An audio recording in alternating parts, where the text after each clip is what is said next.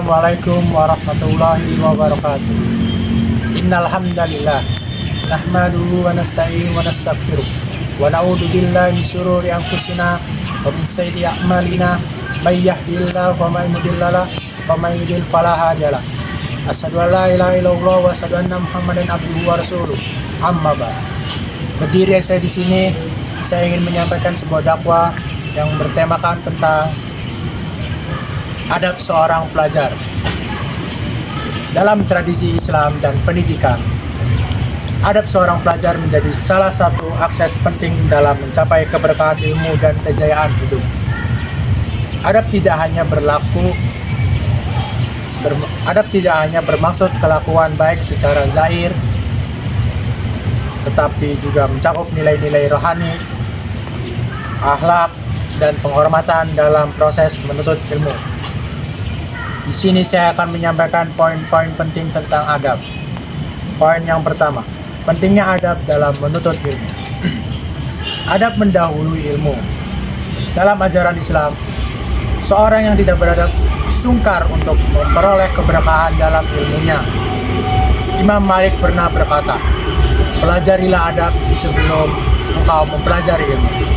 Ini menunjukkan bahwasannya pembentukan karakter dan sikap adalah asas sebelum mendalami pengetahuan.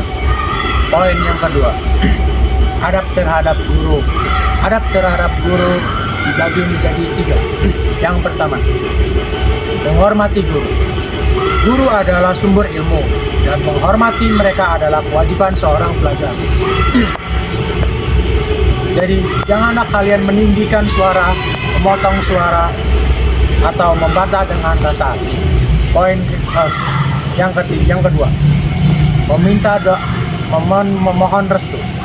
Meminta doa dan keberkahan dari guru dapat membuka jalan keberhasilan. Yang ketiga, menjaga nama baik guru. Seorang pelajar tidak boleh merendahkan atau memburukkan guru, baik di hadapan mereka atau di belakang mereka. Poin ketiga, adab terhadap ilmu bagi menjadi 4 poin. Yang pertama, ikhlas. Menuntut ilmu semata-mata karena Allah Subhanahu wa Ta'ala dan bukan untuk tujuan duniawi seperti kemegahan atau kedudukan. Yang kedua, tekun dan sabar.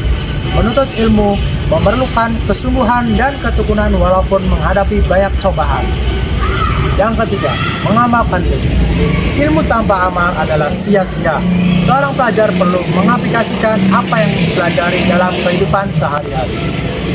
Yang ketiga, merendahkan diri. Jangan sombong dengan ilmu yang dimiliki. Semakin banyak ilmu, semakin besar tanggung jawab atas apa yang dia peroleh. Poin keempat, adab terhadap teman seperjuangan dibagi menjadi 3. Yang pertama, saling membantu. Seorang pelajar atau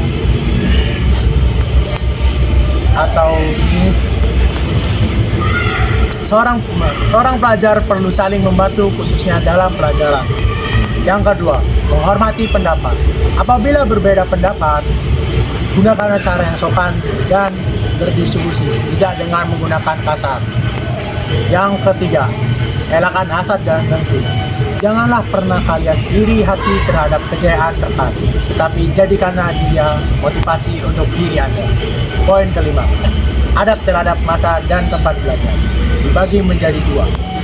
Yang pertama, menepati waktu. Datang tepat pada waktunya adalah cermin pembelajaran dalam disiplin. Yang kedua, menjaga kebersihan. Pastikan tempat belajar senantiasa dalam keadaan bersih dan teratur, karena suasana yang kondusif membantu menjadi Anda lebih fokus lagi. Yang keenam, adab terhadap Allah Subhanahu wa Ta'ala dibagi menjadi 3. Berdoa. Sebelum dan selepas belajar, panjatkan doa agar ilmu yang diperoleh bermanfaat dan diberkahi. Yang kedua, tawakal.